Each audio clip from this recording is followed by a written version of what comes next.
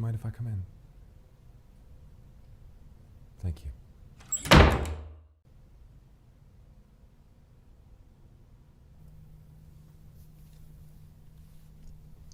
Thank you. This water is very, very refreshing. It's alright that you didn't have anything else. So, thank you for allowing me in. It's not often that people do, given the strange choice of wardrobe.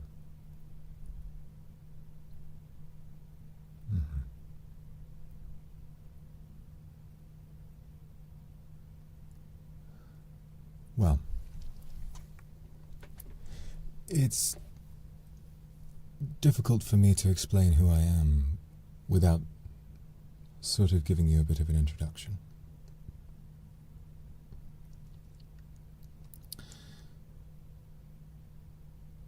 And this is the hardest part, always.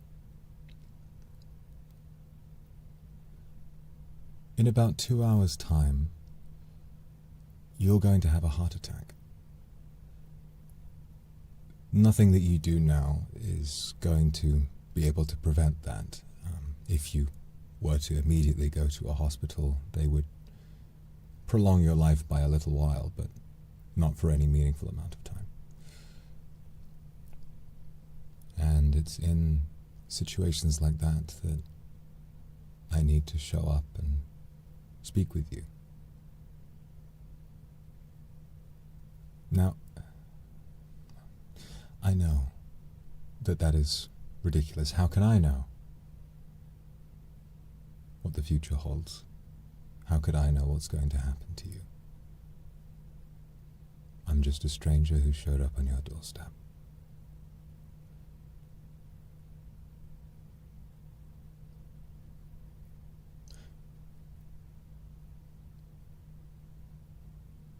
The truth is, I come from somewhere where there is no time.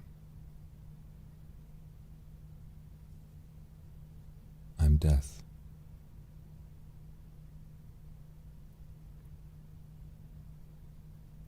The skulls and scythe are mostly a application of modern horror movies and folklore. I'm only a man. And my job is not just to make sure that you get to the next stage of this big long journey in one piece. It's to make sure that you do so calmly. You see, if I never showed up, you might start feeling those symptoms and you might start to panic. And then trying to get yourself to a hospital, whether you were behind the wheel or ask somebody else to bring you, you might not understand what had happened to you. Or you might have made it, and if you had, many, many, many people at that hospital who are always busy would be working on a case that would never have worked out, and perhaps someone else further down the waiting list who could have survived might not.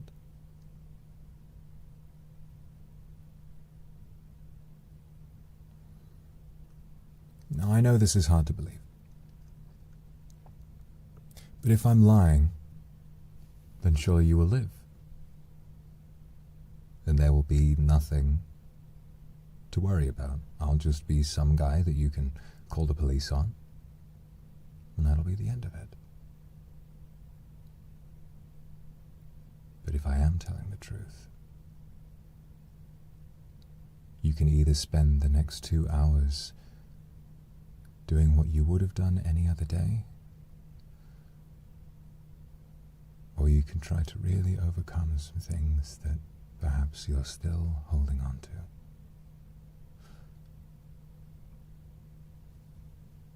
So what'll it be?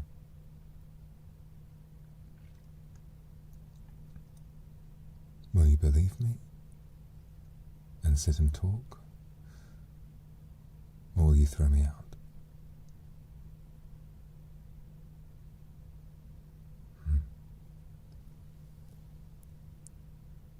It is a lot to take in. You are about as startled as most people are, and that's something to be thankful for.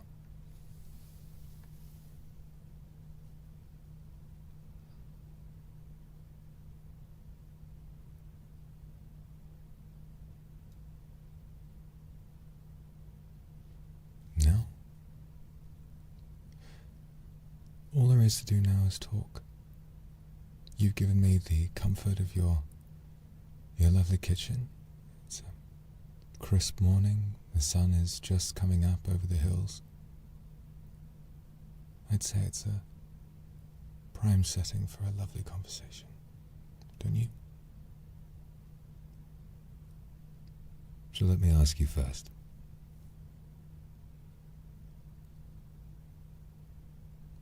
What were you going to do this week?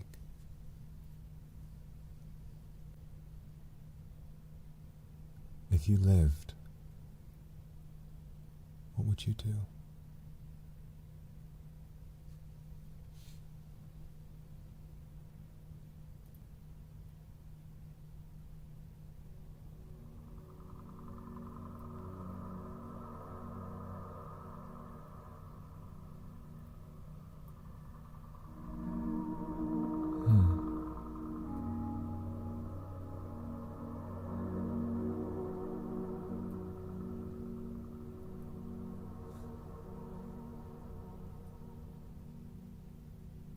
Interesting.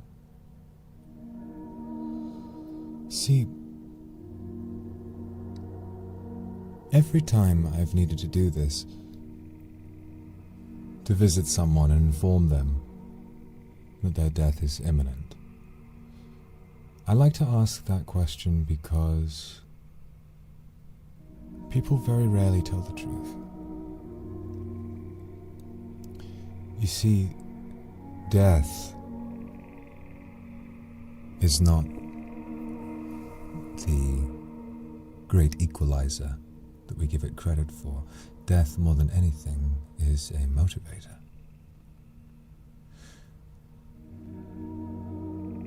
On an ordinary day like this, you might return to your vices in the evening after work. You might call some friends, enjoy some television or a book. And throughout that day, you might not even think about the future or the past at all. You might not even remember what day of the week it is, or what day of the calendar year. It's just another day. Yet, when death knocks, we are reminded of how little days on the calendar we truly have.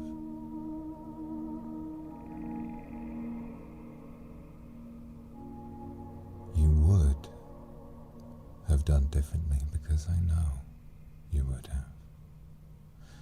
I have seen it. Your days are empty now, aren't they? You spend countless hours distracted by meaningless little bits and pieces. It's been quite some time since you attempted to approach someone you found interesting.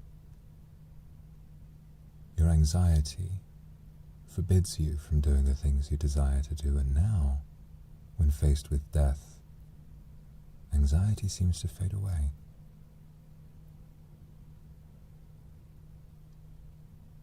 Why do you suppose that is?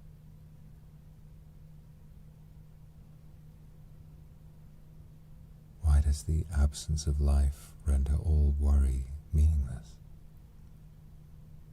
It won't matter when I'm dead, will it?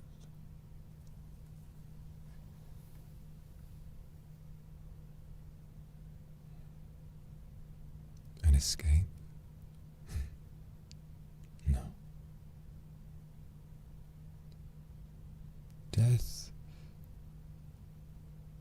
is not an escape from anything. Death, believe it or not, is brief. Death is a ticket granted spontaneously.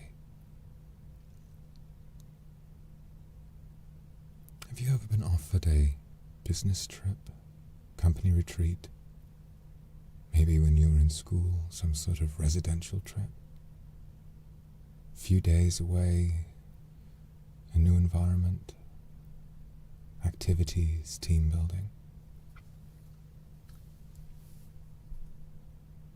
Think of death as a retreat that would become new life, rather than a few days away. Now, you will remain there. It's not so much the absence of life that is the tragedy of death. It is having to find new things to enjoy, to love.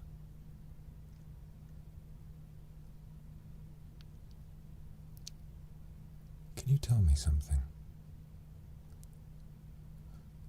What do you love? More than anything, if you could rack the deepest part of your brain,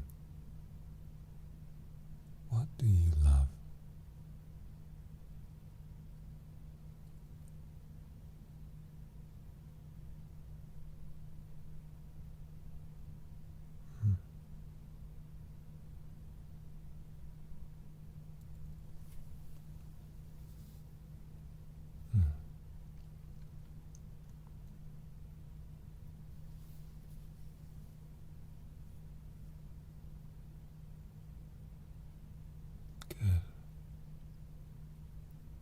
Good.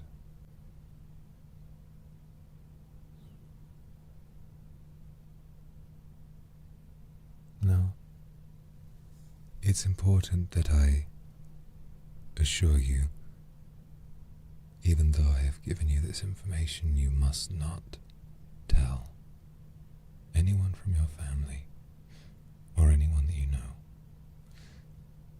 If you do, the consequences could be quite dire for them. I don't seek to enact punishment. I don't seek to maintain some sort of fictitious order. The reality is, it's quite disturbing to have someone you love show up on the phone and say, "I'm going to die, and it's okay."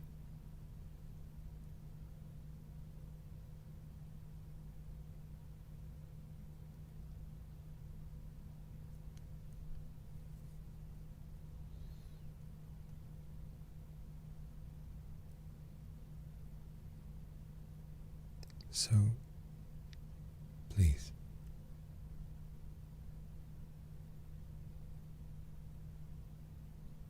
let's just keep having our conversation.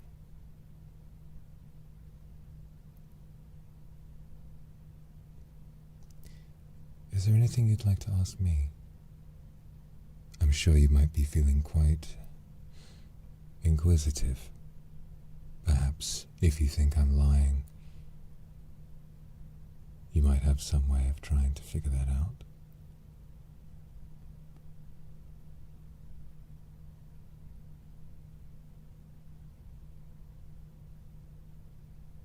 Is there an afterlife? Oh yes. Oh yes. Death is just, like I said, it's a pathway, somewhere new.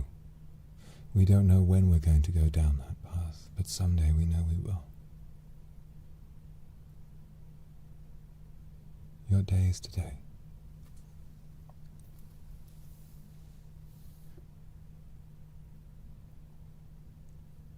What always brings me some sadness is thinking about those who spend their lives in fear of death. The thought of a human being trying to render themselves immortal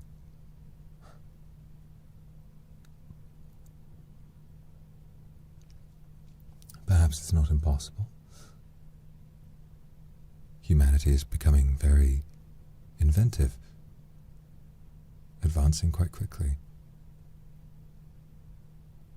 Maybe they will become immortal someday. But truly, I don't see the need.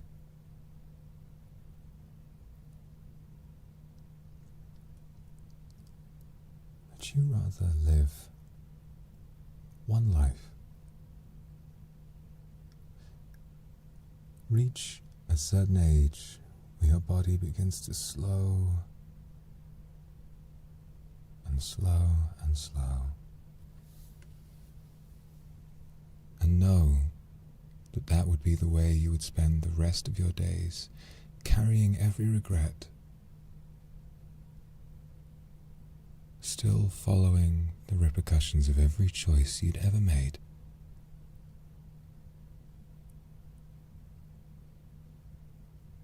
Or would you rather start again? You know not where, you know not who you will be,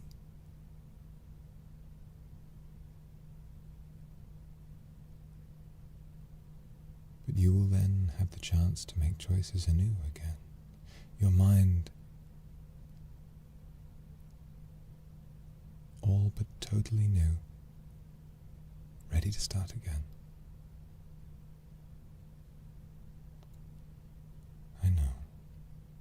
I know this is too much. There is no other way for me to describe this to you.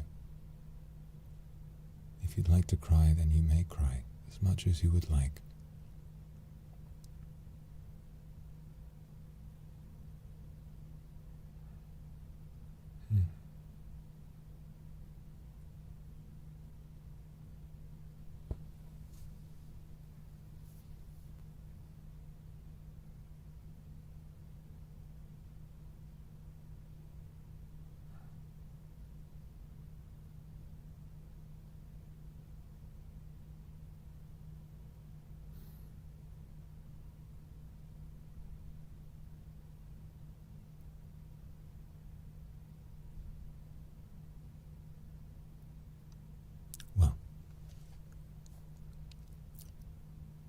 If I can do anything right, by the time your time comes,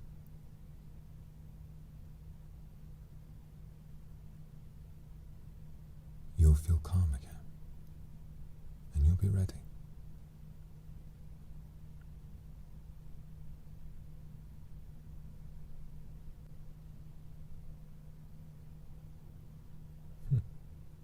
No. You have a great sense of humor.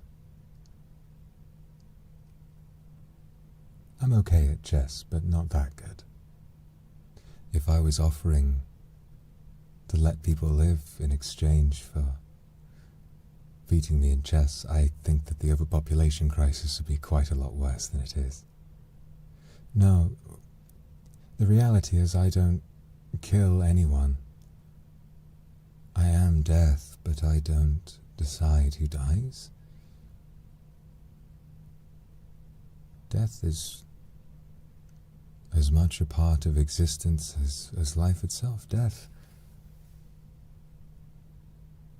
is more fundamental to existence than anything else. There must be a cycle. There must be the sun and moon. There must be states of on versus off, states of life, and states of death.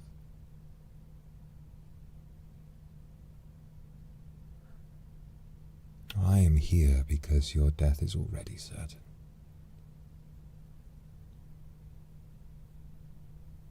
There is nothing more than you can do. And in fact, there would have been nothing for you to do because you have been asymptomatic for a long time. You would never have known to try and fix the problem because it does not present itself until your death. It is some terrible luck, I will give you that. And that's why it's so important for me to see you now.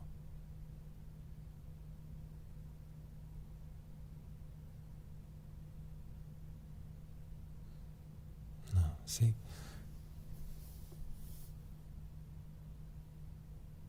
There's no such thing as a pre-written future or destiny or fate. I came here and said that I knew you were going to die, and I do. But that's simply because there is no such thing as time. Time is something that living beings have invented to help this world make sense. Imagine a world with no time. It completely confuses reality, and that's why time exists. With the days of the week, with the calendar years, you have a means to go through your life.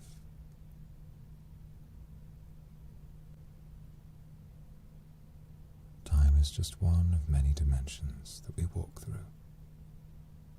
And I exist in all corners of every dimension. Space and time, I am there.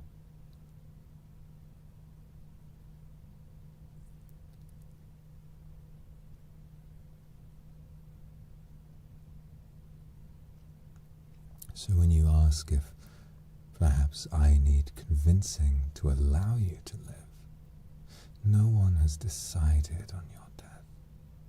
No one has cursed you. No God has written your name down as one that must die today. You have simply chosen in your previous afterlife that this was the life you wanted to have.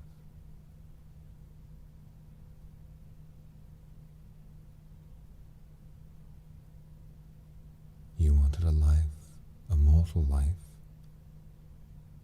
with the possibility that you might get sick one day, the possibility of things going wrong, of things going awry, such that you could appreciate that which you love even more.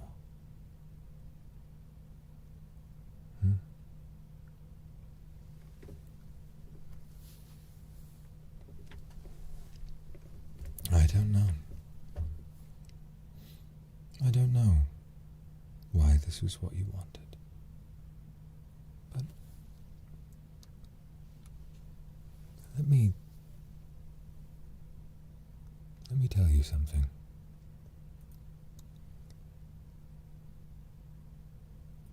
Inside of you, there is a soul.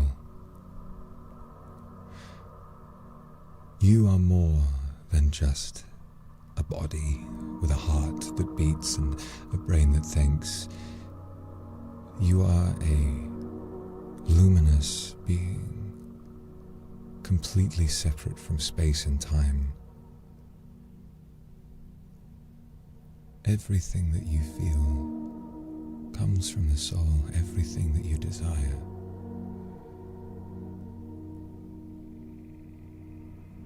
And the soul is completely eternal. It will outlive you. when you die, it will depart and go to a very, very beautiful place. And if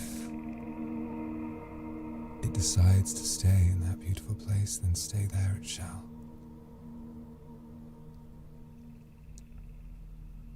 But there will always be a chance that it changes its mind, comes back, decides to live life again.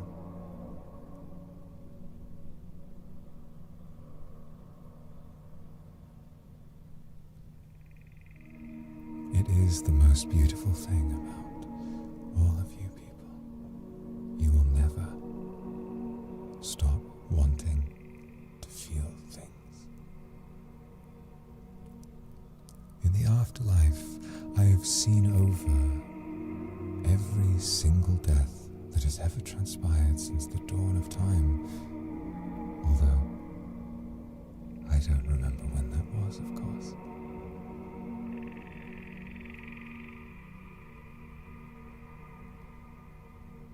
Every time they're weary and tired. It should be impossible. The soul doesn't have respirators or cells that it can exhaust, and yet somehow it feels tired. It needs to rest. So it does, swearing I'll never go back to that horrible place again.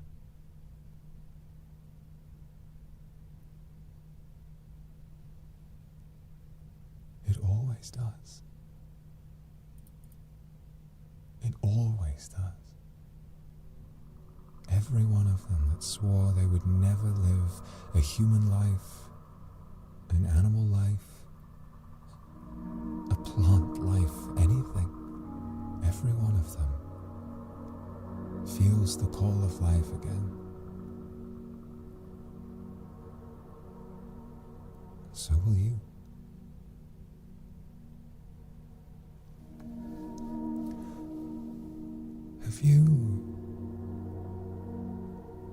Have you lost anyone before? Family member, loved one, a pet? Has anything in your life died and left you grieving?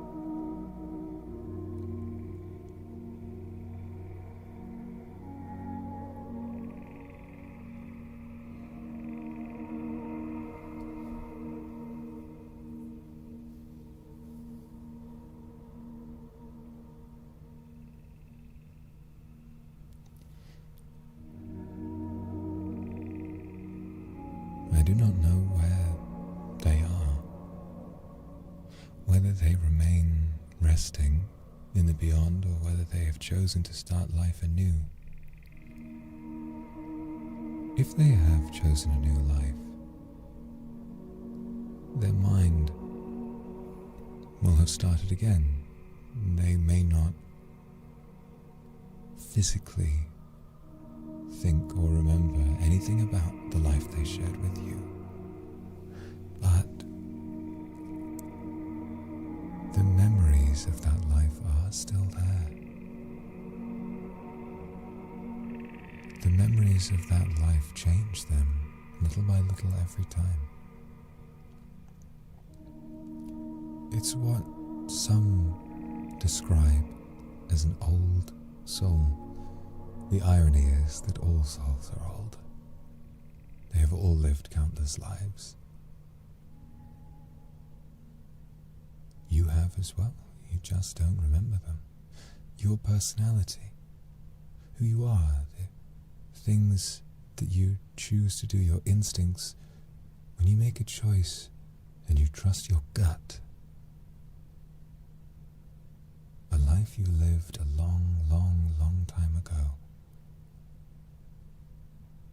likely faced a similar dilemma, and they would have known what to choose.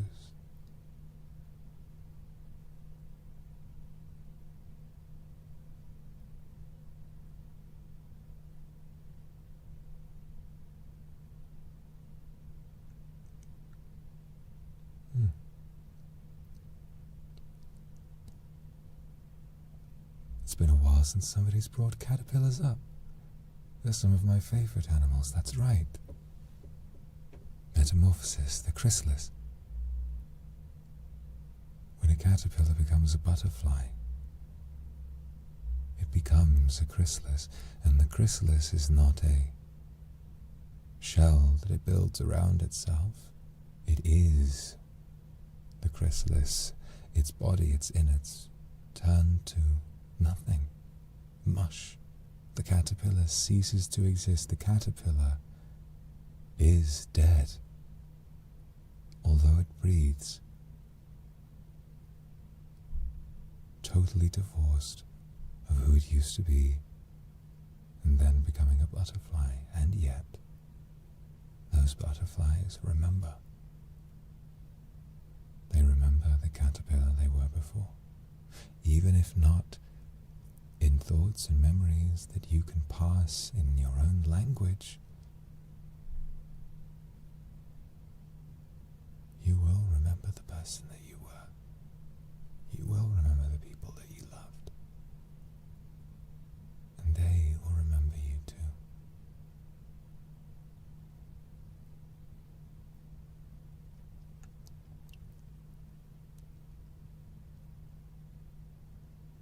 Probably all sounds a little too good to be true, right?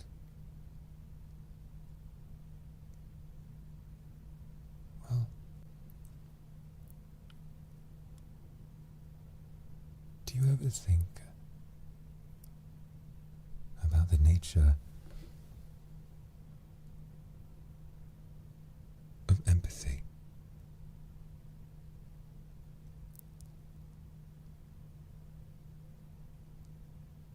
Human scientists have often tried to explain it as some evolved advantage, something that would have helped certain species to survive.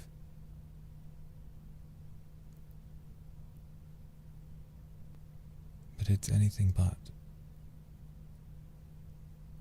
Empathy for one's own children, sure. Empathy for another species? Now that does defy explanation. Why take the time to share food with a wounded animal when you need food for your own young?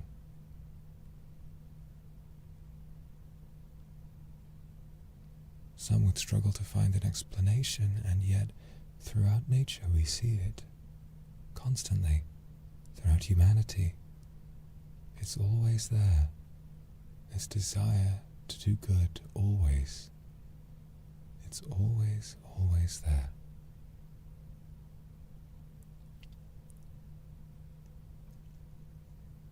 The truth is,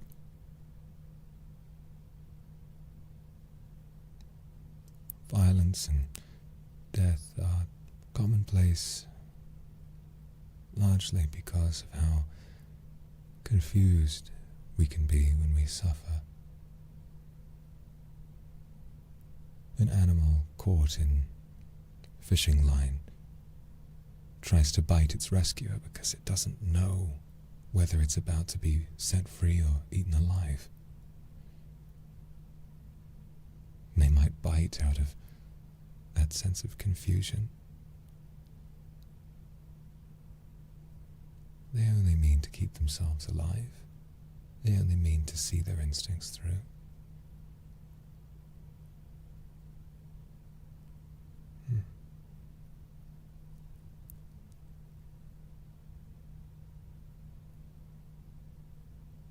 That's right.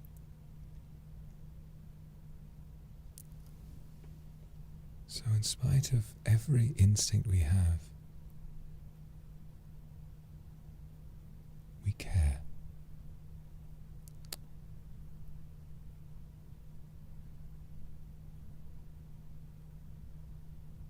Why would there be interspecies friendships other than some desire to do good?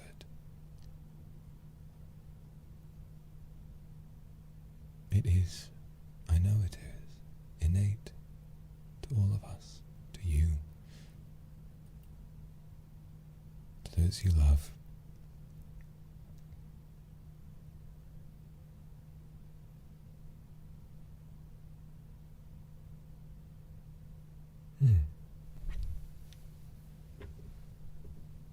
Grief is the price of love, you say. Well, yes. To love is to find something worth losing. Do you remember how I asked you what you would have done had you not died today? And you had a much clearer idea of what you wanted than you would have had otherwise.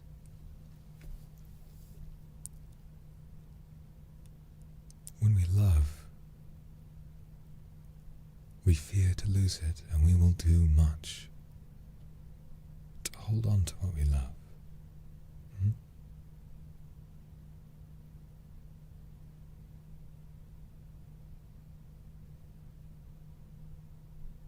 You may never have gone to such lengths had you not found love. You may never have grown. You may never have felt the things you felt. And when you grieve, the soul discolors in miraculous ways. To grieve is to love, and to grieve in its own way is to be alive. Without death, there is no need for empathy. Why care for something that cannot die? Why rescue something that will someday claw its way back out of whichever hole it found itself in? It's because of death that you know everyone you know, and that you love everyone you love.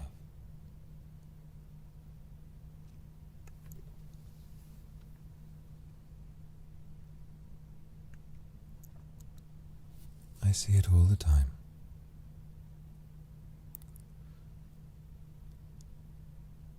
These people will spend years keeping their heads low, never calling their parents, their friends.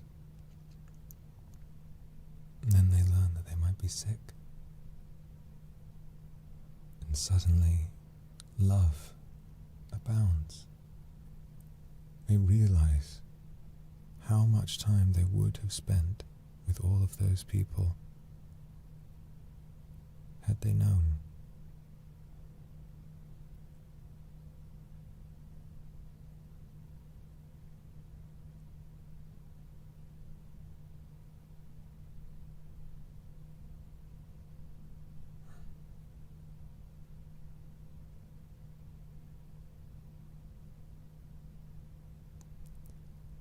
I apologize. I don't mean to make you feel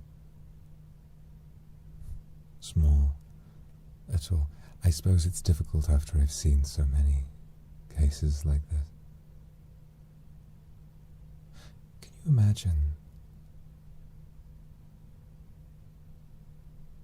being faced with death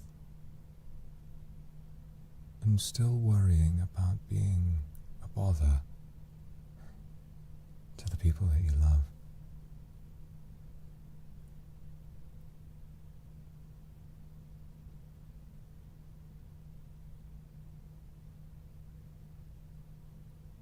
But yet, can you imagine if the people you loved that you are afraid of causing bother to, if they learned that you were dying?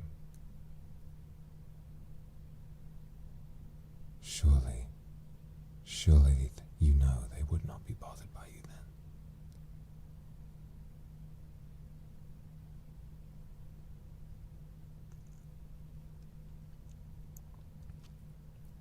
You humans think much about people, you form such rigid thoughts and feelings and opinions. You think you've made up your mind about all that a person is or says or does.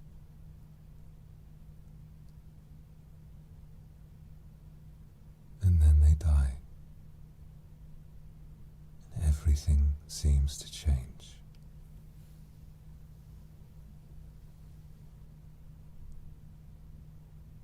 Is there anyone you hate?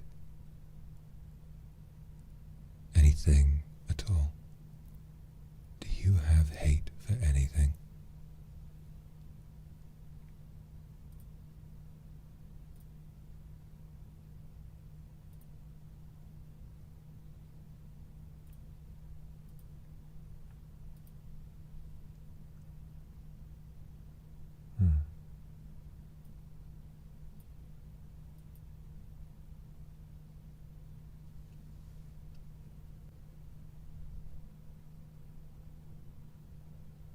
It's not a moral quiz. I'm not putting you on the chopping block or anything. Everyone hates a little bit, even if it's something small.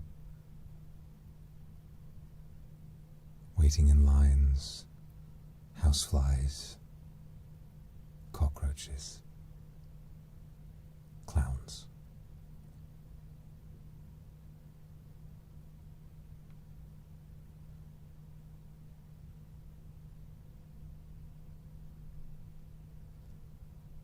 Fear is something we have because we're afraid to die, and from fear comes hate.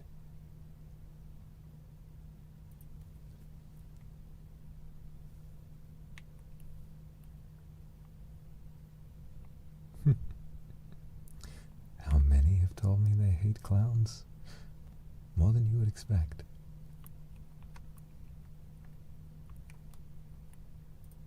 More than you might think.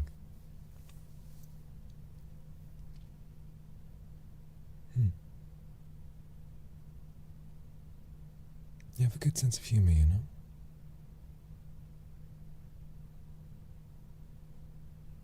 See, all of those things have their own purpose. Houseflies, they have a desire to live too, and if you could believe it, they have souls too. Now, would I say that you were wrong or evil, perhaps, for killing houseflies? No.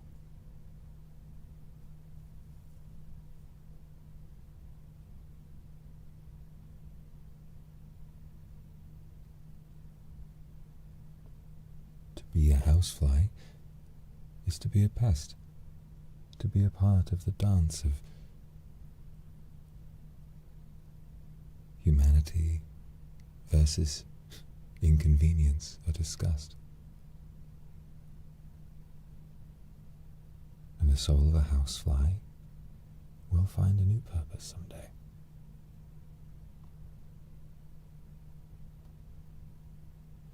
You know, really what's miraculous about humans is their inconsistency. Would you believe me if I said, I once had come and I sat with him. He confessed to me something I've never forgotten about.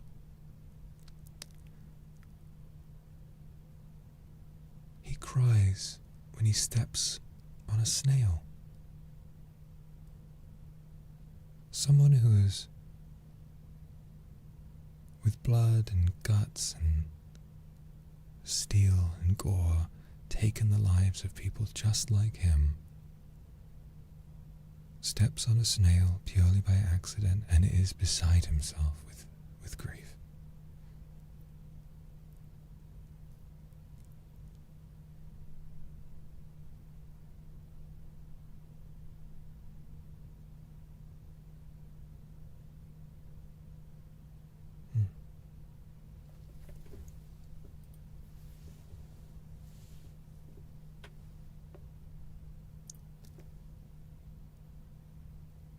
So I ask you this.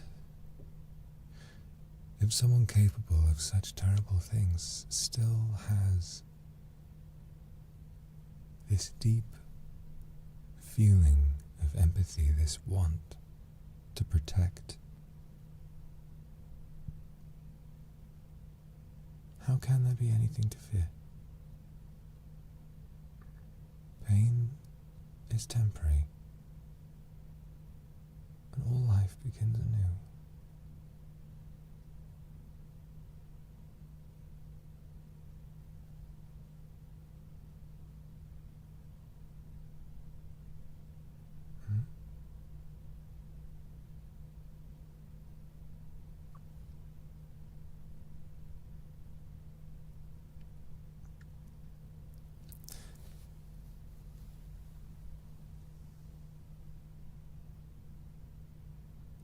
Sometimes I sort of struggle to connect on a human level with people. I feel that I've become a bit of a lecturer. I was told a long time ago by someone that, oh, you're not helping me at all. And I think about that quite often. I wish I had known the right things to say. Their soul finds peace afterwards, anyway. But I wish I could have done more. I wish that I did not have these regrets.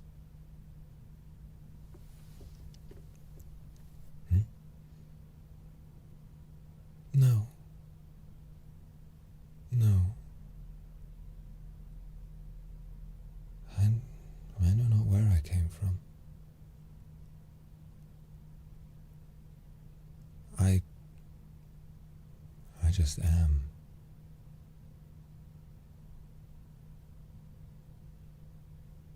I am.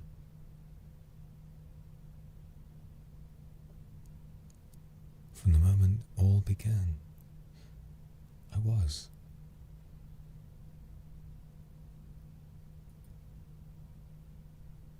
Some people think that I take on this form to become more palatable to people, but I've always been this way.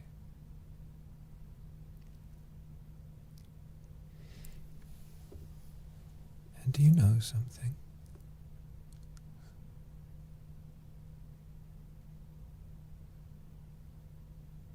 Something that when I have told people before, their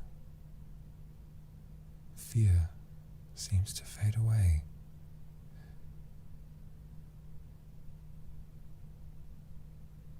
I envy you.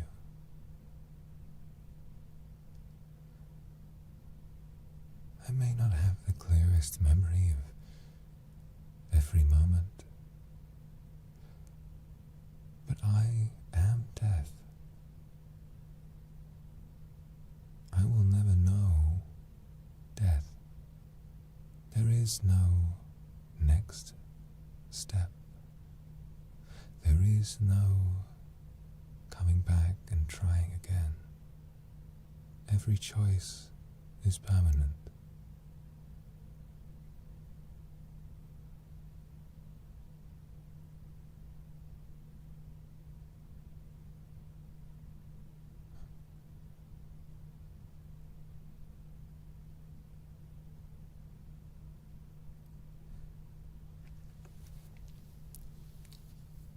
I may have regrets, but I can never get lost.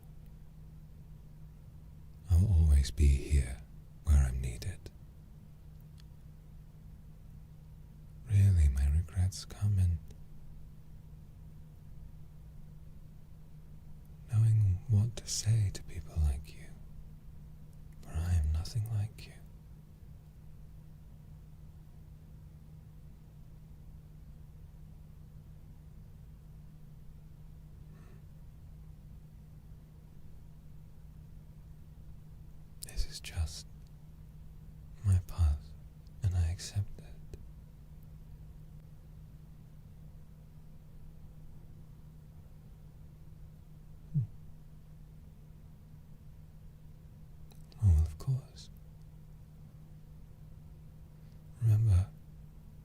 exist beyond time. There is no next in line. Everyone in your position will be visited by me. And yet, of course, I don't forget. Not moments like these.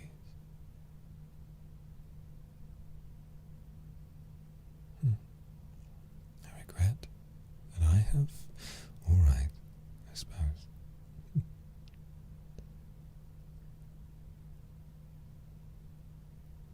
There was one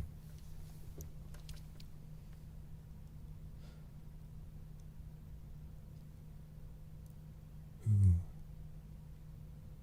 had sinned greatly. She was always taken with temptations.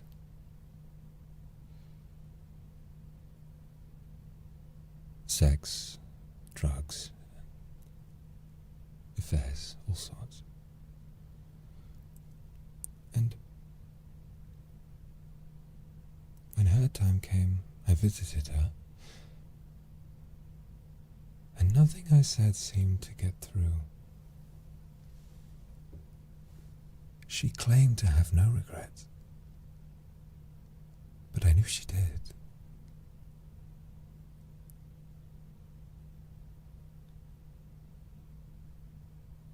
She claimed that she had done everything she wanted. But I knew there was more. And everything I said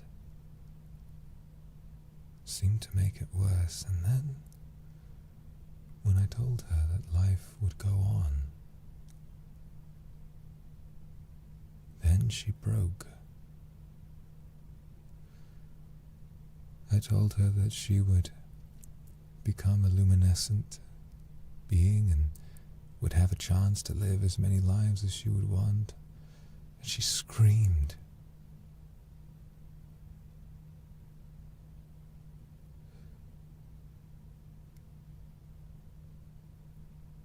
Just let me die. Let me go. Let me go. And until she was dead, there was nothing more that I could say to calm her down.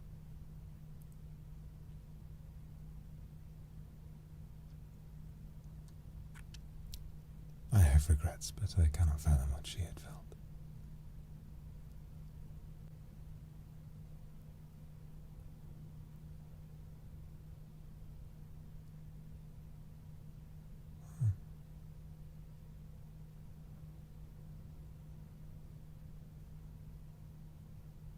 Oh, well.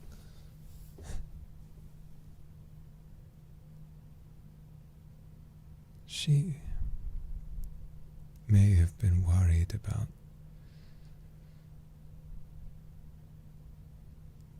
not finding what she wanted after death,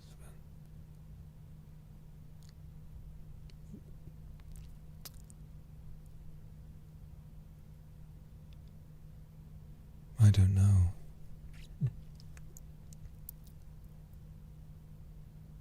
I don't know if she ever came back. Maybe she's still resting. Maybe she is. When she dies next, I'll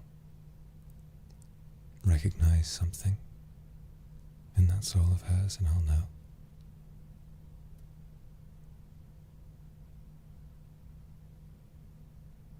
But I could never apologize. Imagine an apology from death for a life you do not remember living. An apology would only be for myself, not for her.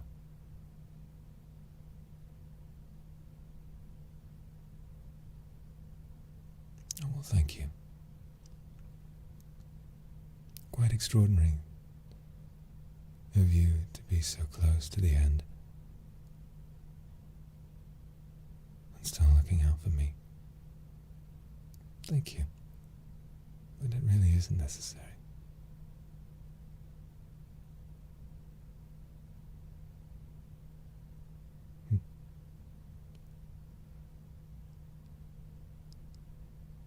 I do recognize you. I can't tell you who you used to be, or who you will be.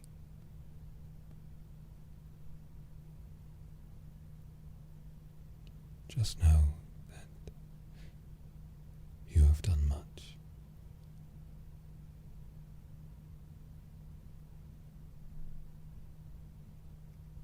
Much to be proud of. And you will do more to be proud of.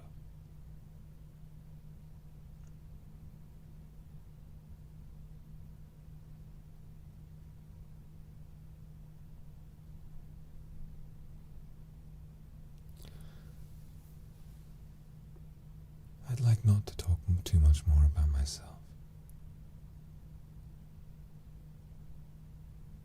You only have 1 hour left to go.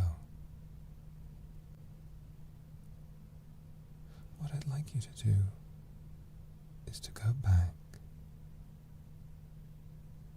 Think about your happiest memory, if you can.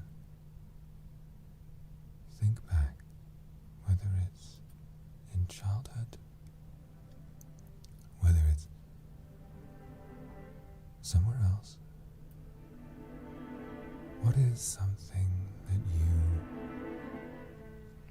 remember defining you?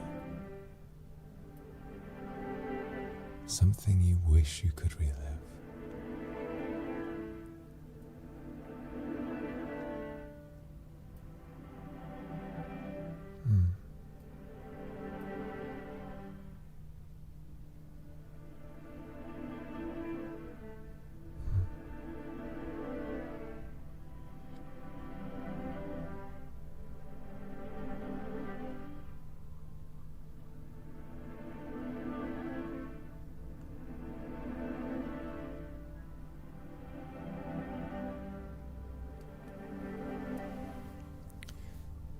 You see, memories,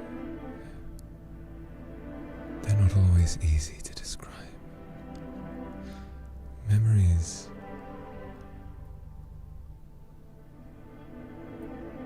you see light and sound. You can remember a feeling on your skin, a smell that takes you back to a certain place. As you grew up, these memories, they started to form the basis of who you are. The texture of you, all gained throughout your life, and now they've made a permanent mark on your brain.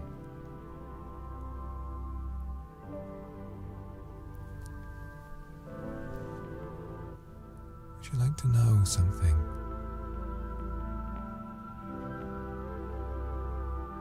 Whether you stay in the afterlife or whether you find a new life beyond it, parts of those memories will follow you. And memories from your previous lives have followed you here too.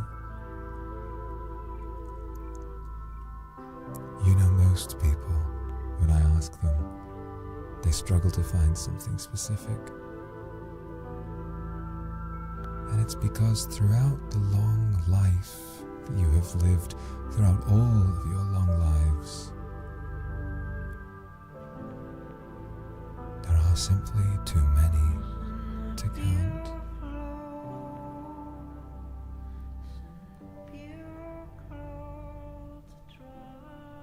Too many moments of joy to count.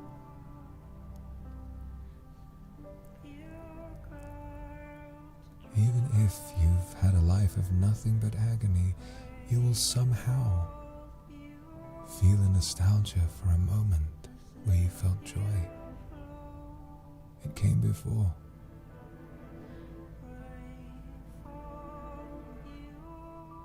And if you have a new life, you'll create more of them.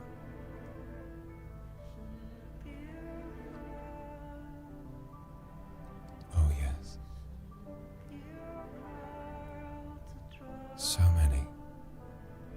many more than you could ever imagine.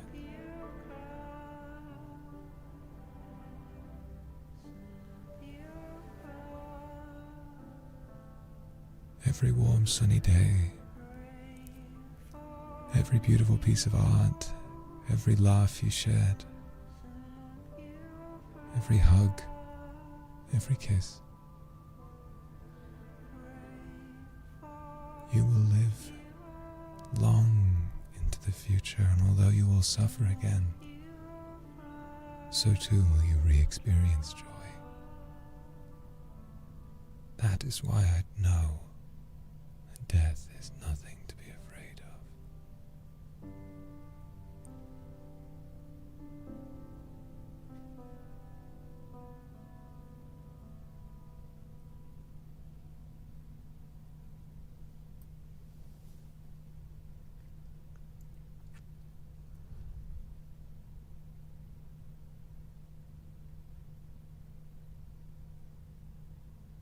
Oh yes, of course. Everyone hurts others. Everybody. Should a child that kicks sand in the face of another child be damned to an eternity of suffering? Of course not. I know you have regrets. I know you've said things to people that you regret. I know. There is much you wish you could take back. Times you thought you were right when really you might have been wrong. All people feel these things. All souls carry these burdens. When you die, you'll feel it. That regret will wash off your back, and you will remember it, but you will not regret it. Think on those words. You will remember all that you did wrong, but you will know that to do wrong is not in your heart.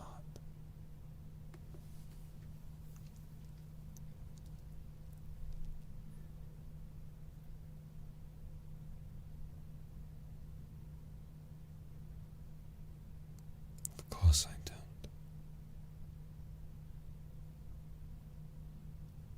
Even if I did think less of you, what difference would that make? You will only see me once every lifetime.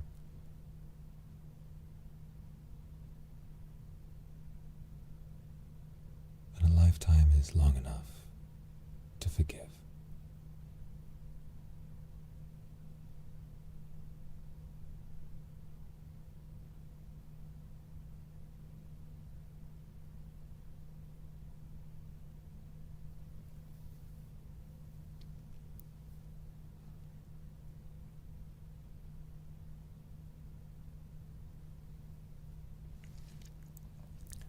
It's all right.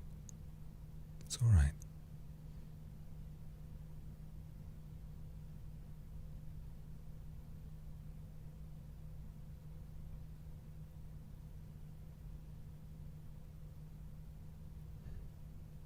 Would you like that? Would you like to be held? Sure. I wouldn't mind that.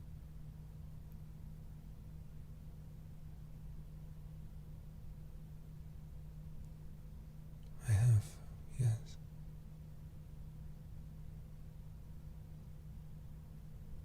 It could be true.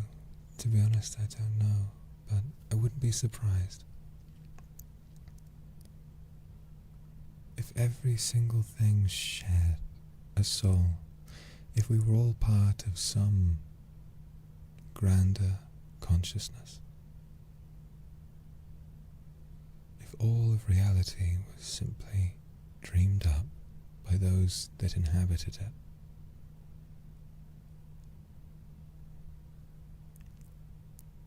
I suppose those things that we can't explain, like empathy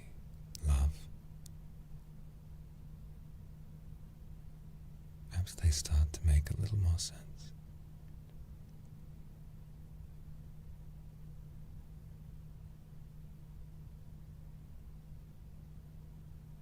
Don't worry. You will know. I'll tell you, and I'll comfort you. Just don't be afraid.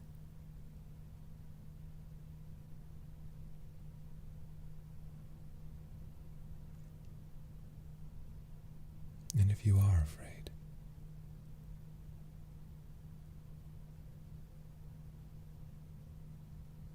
don't feel sad. Don't regret it. Fear of death is your desire to cling to life. And life is worth coming back for. You see, the afterlife is filled with nothing but joy.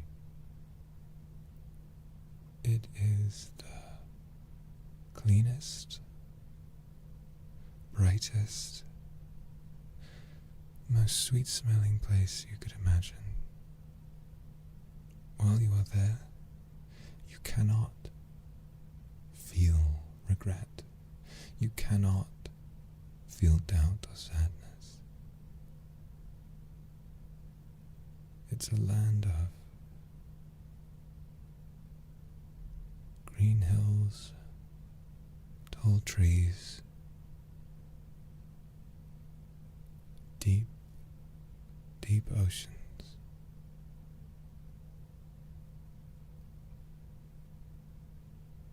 And many that die choose to stay forever.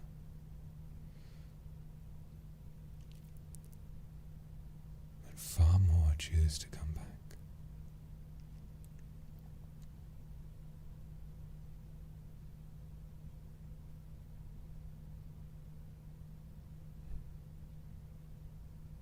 Well, that's quite right. See, if you arrive and cannot find people that you loved in this life, they may have already chosen to live again.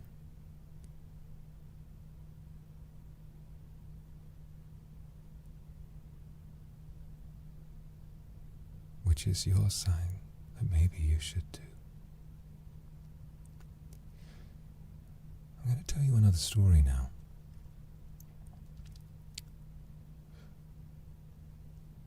Thousands of years ago, there was a couple. They had been together since childhood.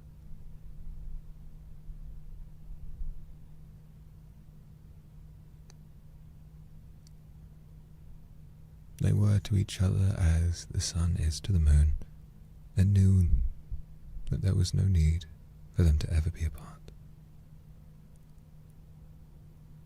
And so they never were. They lived until each of them were the same age. Back then, lives were shorter overall. One day, one of them died. And the next day, the other died too.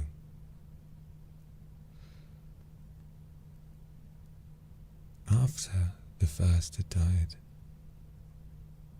their partner leaned over them and said, "You can't go. You're mine. You're mine. You're mine." And then they followed their love the next day. In the afterlife, they didn't find each other again. But both of them chose to live again. And so, another time, two children grew up close by to one another. And those two children grew up and then fell in love, married, and when the one of them that had outlived the other fell ill this time, they died, and the one who before had died first leant over their deathbed and said, "You can't go, you're mine, you're mine, you're mine." Each life they've lived, whether they are childhood friends, whether they meet later in life, whether their relationship is a happy one without strife or whether they struggle,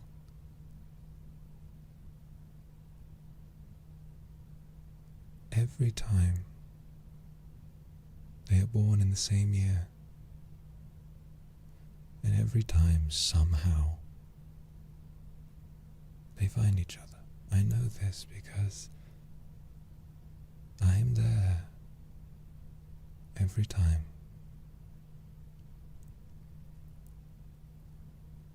They are what we call soulmates.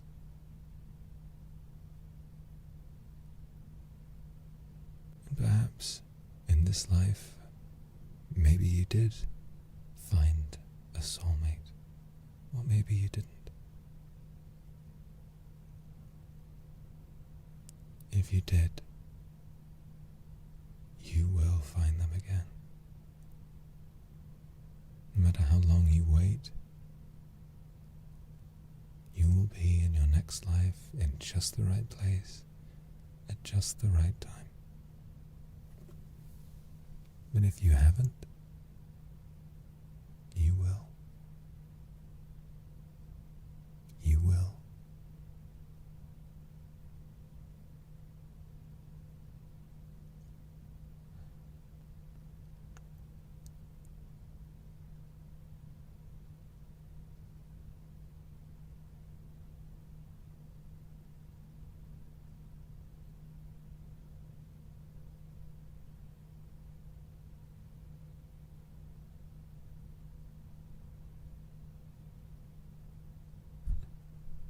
Yes, that's been known to happen as well.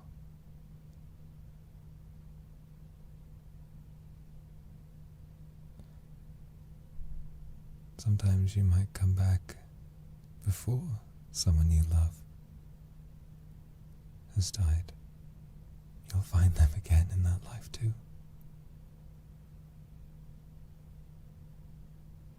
No, I don't. I can't tell you who your soulmate is because souls don't have names.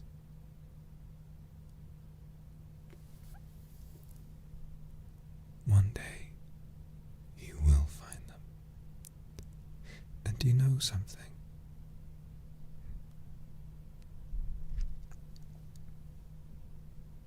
Most of the time, when I speak to people like this, in this life, you would have found them sooner or later.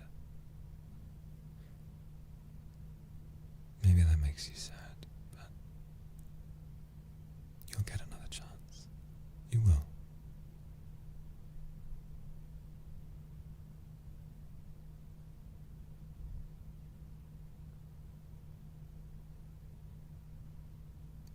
Yes.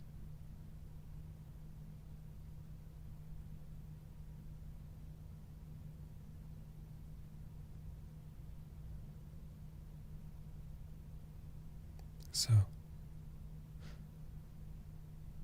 after all of that, do you still fear death? Just this morning you were ready to start a new day, and now life as you know it is ending. Is there anything you fear?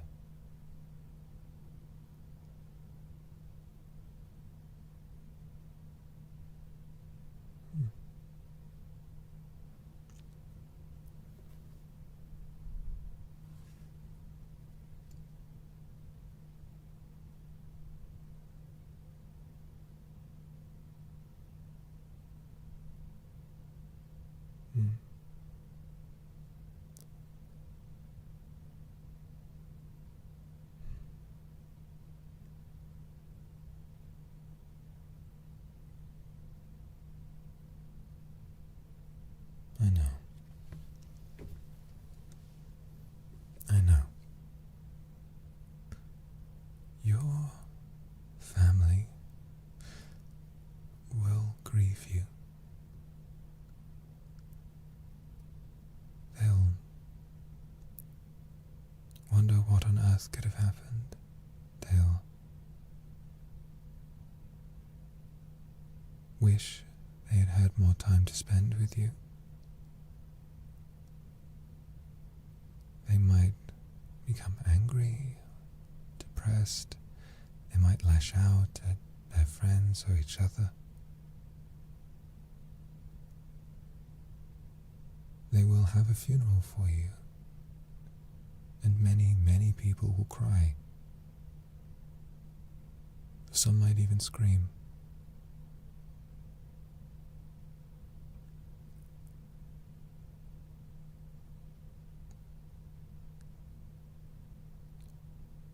That doesn't mean that they will suffer.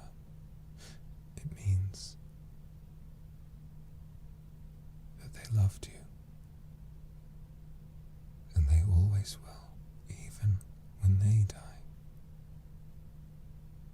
They will continue to love you. No matter how many new families they have in future lives and lives beyond lives, a part of you will be with them forever. And in that way, you will never truly die.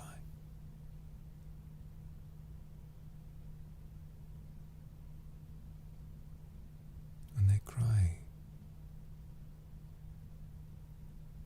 they may not say it with their words, but as the tears fall, they mean to say that they love you. If they scream while they cry, they mean to say how much they loved you.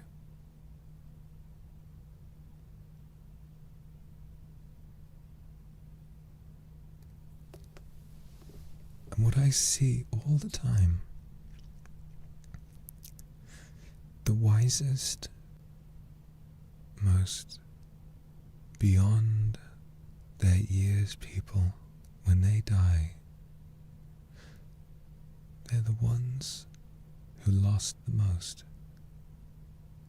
It's the people who had friends, family go before they did. They deepen, and they love, and they yearn so much more for every person that they lose. In a sense, it's a strange thing to say. Grief, given time, it does make people happier. They feel such agony inside themselves, but as they do, they become so acutely aware of the value of life,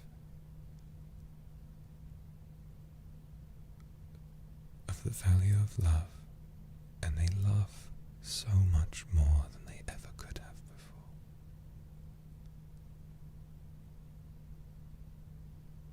It's a feeling some of them talk about. There are some who, when they die, have others in their family who are still dying. And they feel guilt and say, sometimes I think about this person who is sick, and I'm sad, but something in me feels happy, proud. It's the heart feeding off of all of those feelings. The heart is growing. Grief will not make them into lesser versions of who you knew. It will make them stronger, wiser, kinder, and that will follow them through every life. So I know that you'll make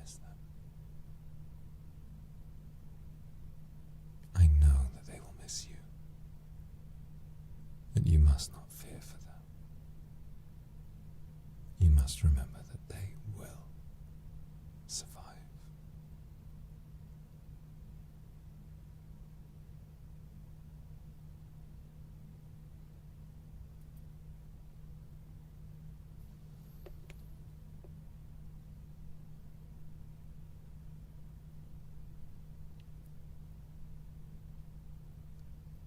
You wouldn't mind if I had some more of that water, would you? It was very good. Oh, thank you.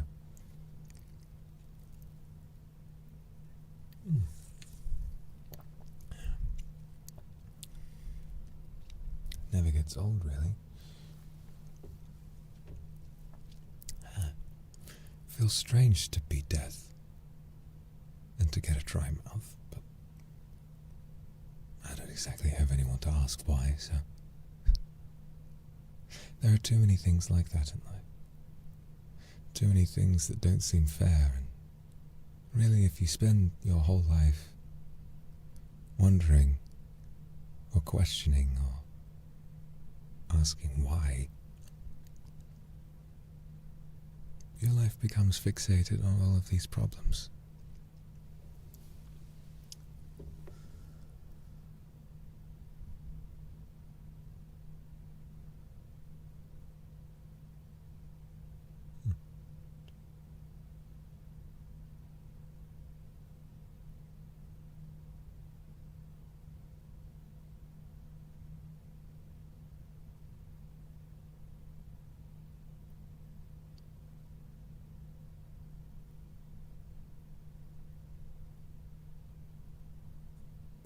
No. I don't need any food. It's all right.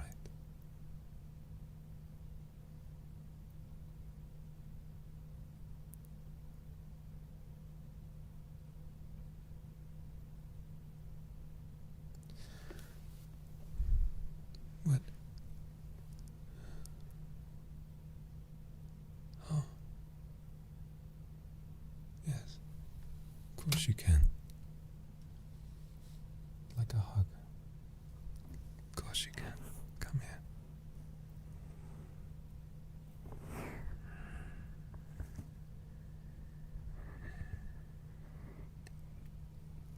There.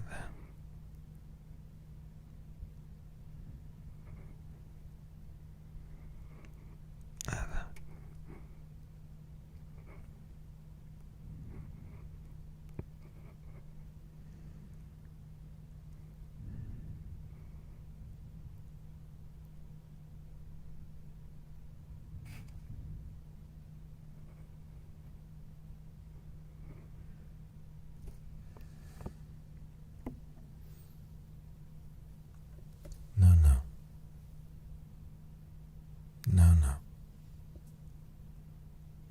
This is my purpose. And like you, your soul deepening with love with every person that you meet and grieve, I too, for every person that I see, there is no end to what I feel. I will always have the capacity to feel more, and so I will always be there to see off those who die. You choose to come back, you will be mortal and you won't remember me, but you will see me again. I look forward to seeing you too.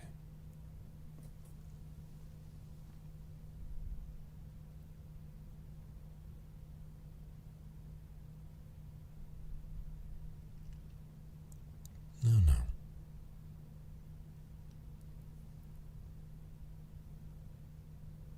Death is frightening at first, and you may feel cold for a moment, but the afterlife is warm.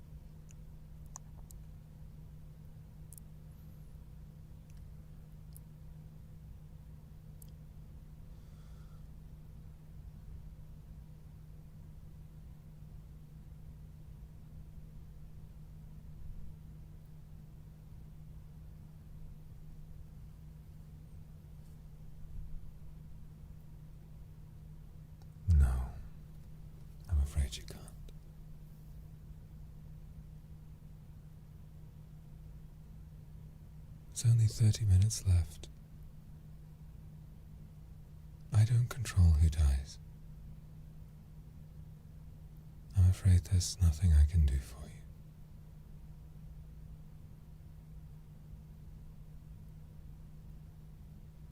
It's normal to grieve the life you didn't get to live. I'm sure there were things you wanted to do. Everyone does. Even those who think they might want to die. There are things they still wish they could have lived to see. But someday, you will. You'll bring those memories with you. And in the next life, maybe things might not be so unlucky.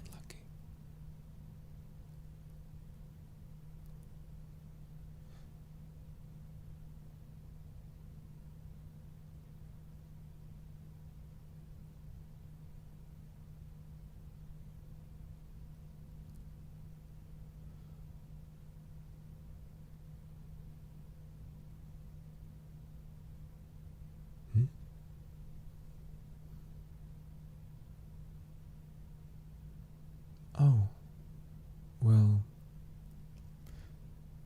it does exist. Hell. There is an afterlife, but hell does exist as well, in case you were...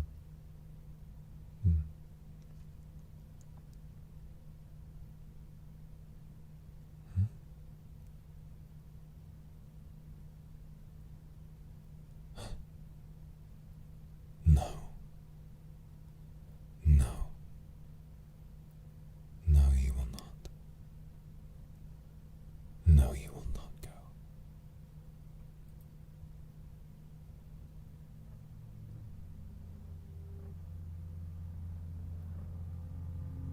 It was not long ago there was a human who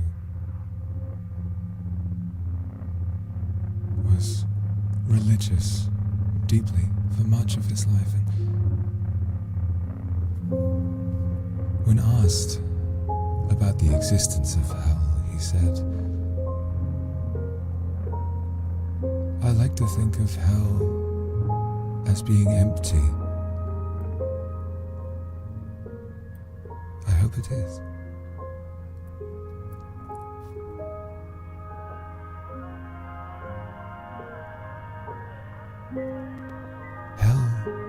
Is empty. There are people far from being human, strange creatures that dwell in the darkest parts of it.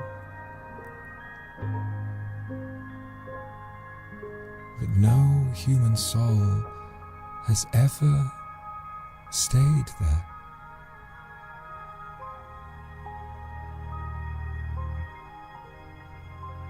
Even the most evil, despicable person that you could possibly imagine, in death,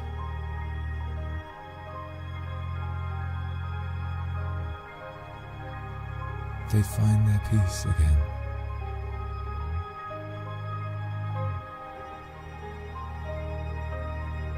In death,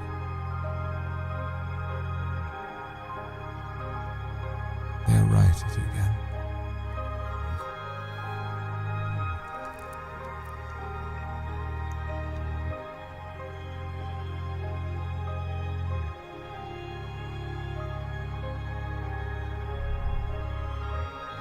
They may have done evil in one life,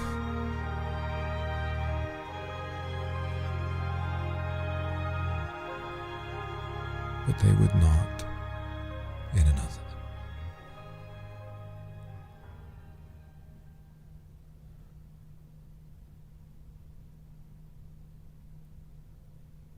Hell is an idea of suffering to create fear, but the reality is the soul is far more powerful than any evil you could do in life. No matter the lives you take, no matter the people you hurt and lie to and steal from, it's all meaningless.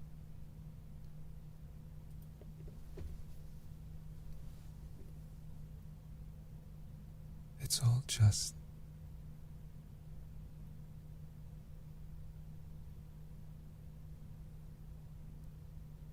a human's idea of what the afterlife must be like.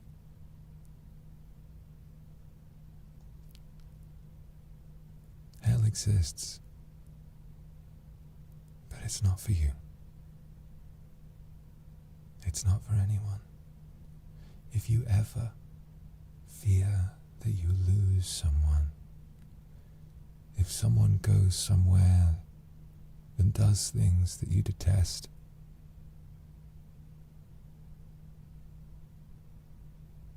they did not go. On the moment of their death,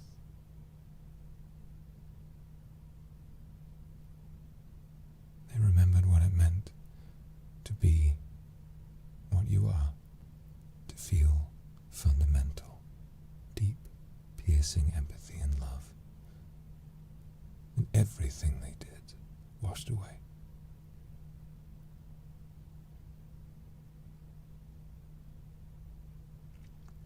That man had every reason to make people believe that hell was real and a threat, a dangerous threat to people, and that if you lived a life of sin, then you would surely suffer for eternity. But he didn't say that.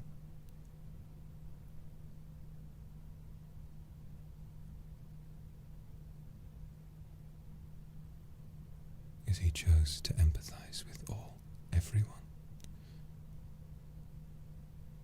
Why did they choose evil? Why does anyone choose anything? Could it be out of a difference in upbringing? Maybe the wrong influences? Maybe they're cowardly, fearful. Maybe they make the wrong choices that lead them down the wrong path, and then they're too scared to back out again. Yes, it's wrong not to do the right thing, but in death, none of it will matter. Vengeance,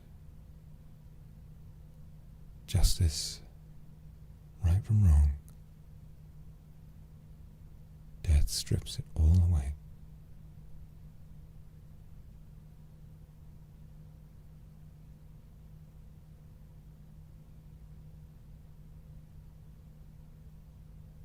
In the afterlife, you will never meet someone who wishes to do you harm. Even though everyone who has ever lived will be there.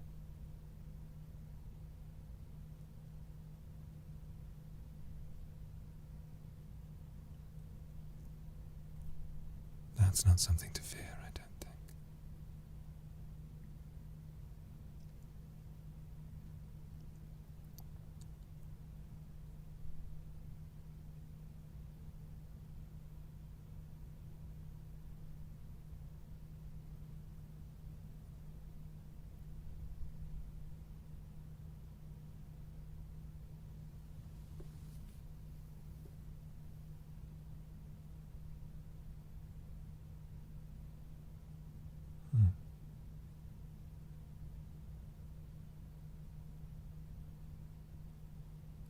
No, you say you're not afraid, but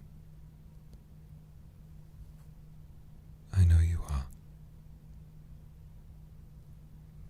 It's okay. It's okay.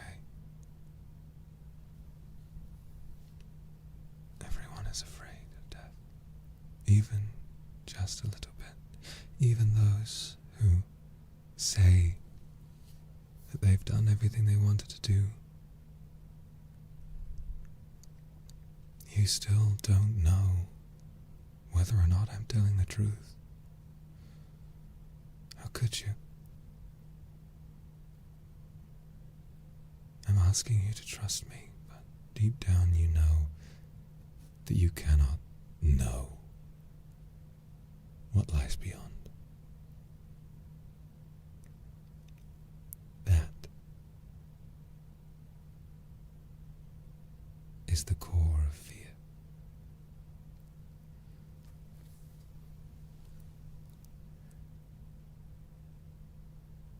But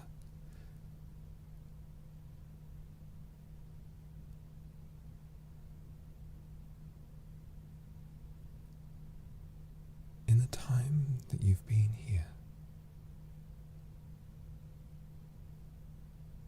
you know that someone went to the hospital with symptoms of cardiac arrest. The hospital in your town is often very much inundated with far too many people. Had you gone today, they would not have been able to save you. You may have been on that operating table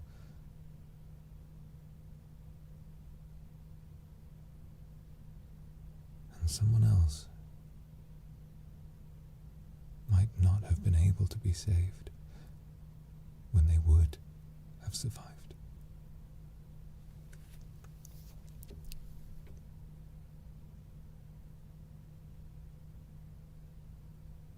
They just made it.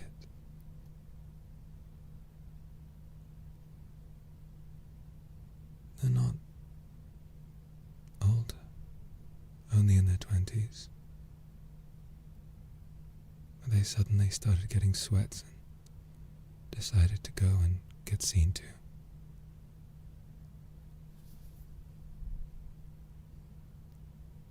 Even though you could never have known,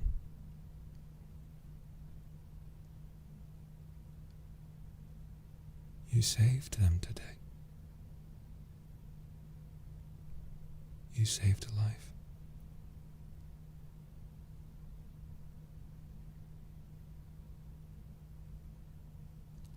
Now I know it might not seem like recompense enough to now need to die so someone else could live. I know that.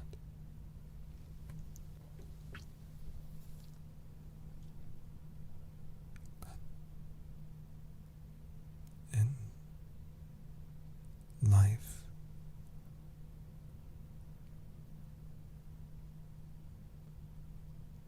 others will have done this for you too.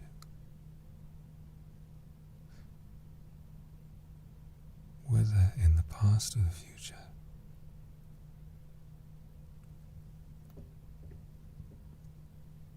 coincidences pop up.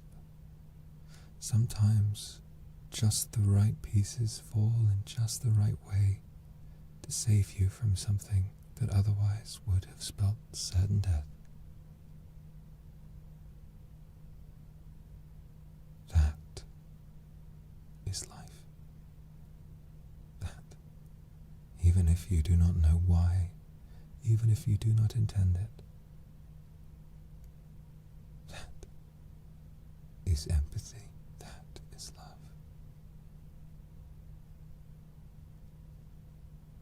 The person who survived today is, in a way, loved by you. And they, even though they do not know that you even exist, every day they will carry love for you too.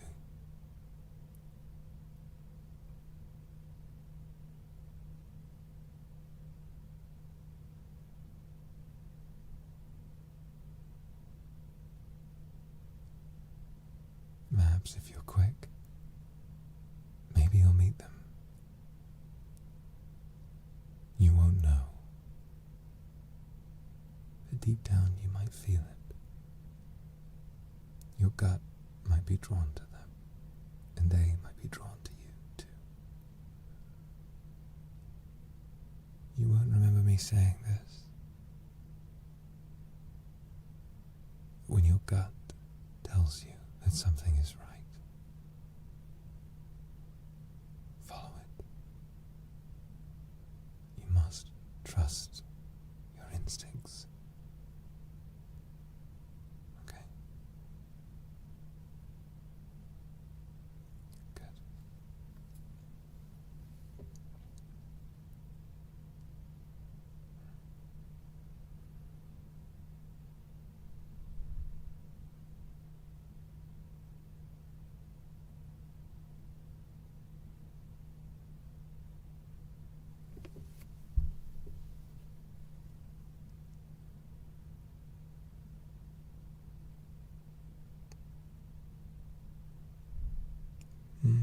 Not quite. Not quite.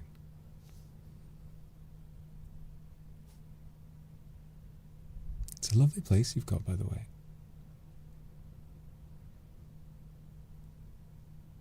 I really like the way you've done it up. I think it's very sweet looking. Did you have help? Who was it that put all of these things up, or did you do that yourself?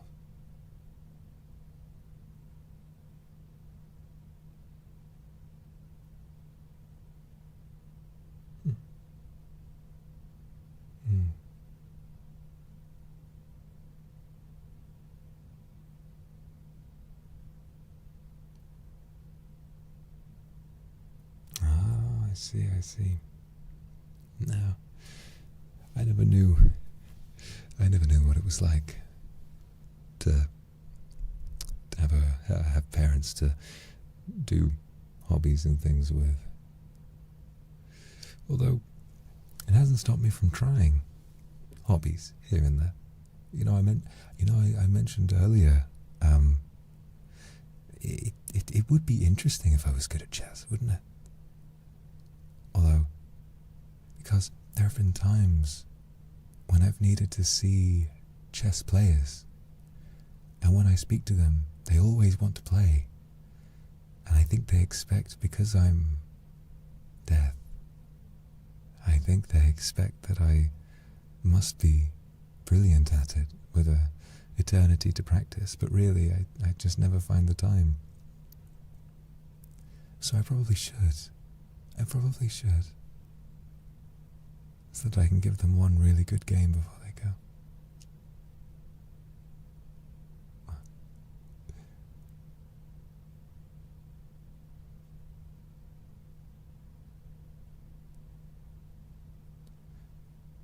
Yes.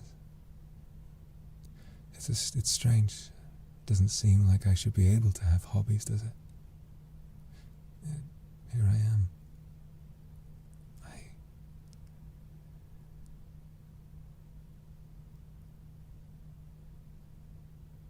I don't know if I'm a person or not. I don't know much at all. What I do know is that if this is my purpose, I'm quite happy with it.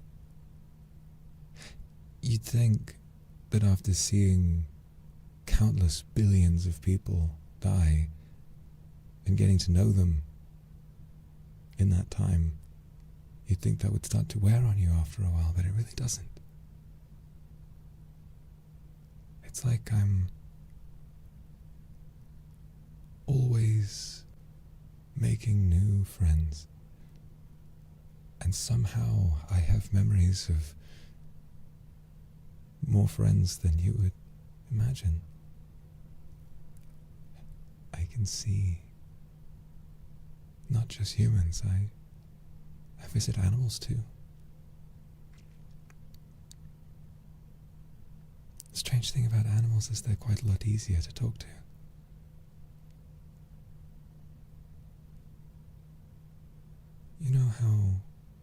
animals will sometimes, in most cases actually, hold funerals for each other. I think that they recognize me. Humans don't, but animals do.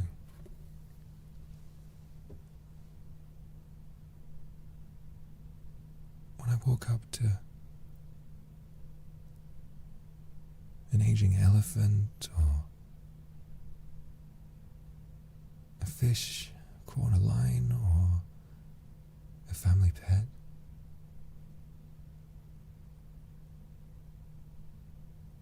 I just pet them, run my hand down their back. I don't say a word, and they blink slowly.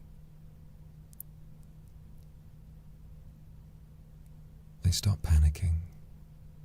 They just know. It's as if everything I've told you over the past couple of hours is something they already knew.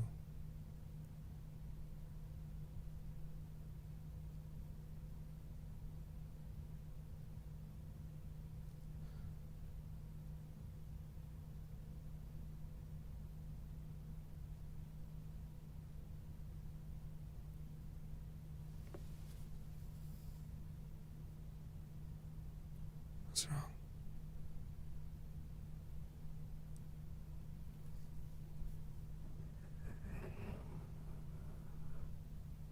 You're sweating a little. Huh?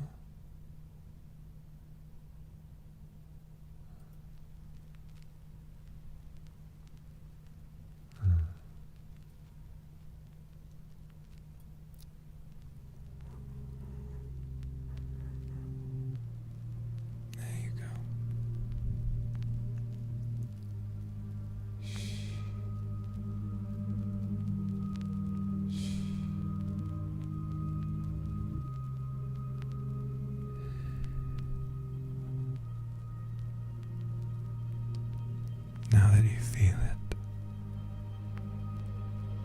now that you know that I knew,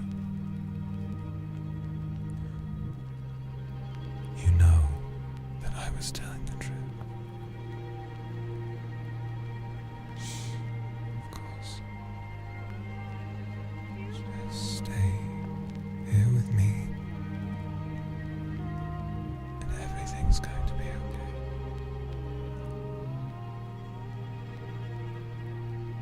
Everything is going to be okay.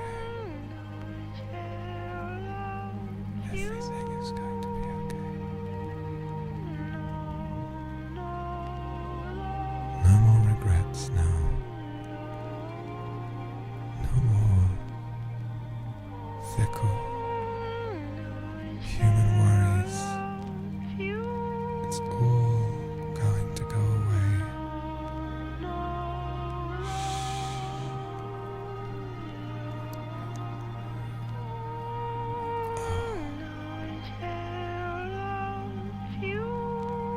Sweet, sweet, sweet darling, it's going to be okay. No, I know it's not fair. I know.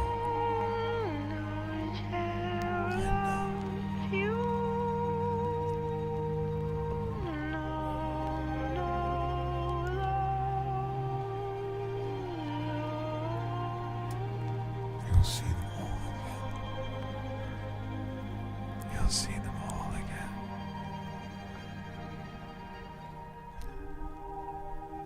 You're going off to a faraway, bright, warm and beautiful place.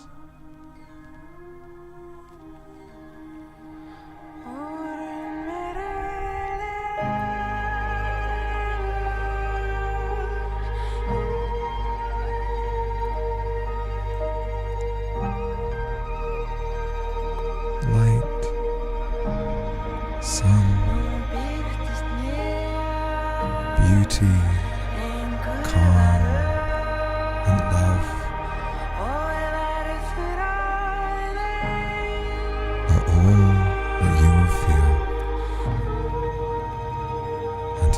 ready to feel the hard parts again.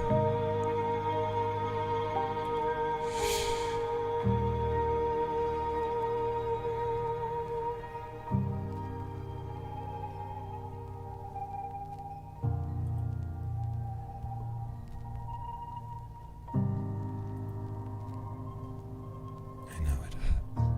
I know.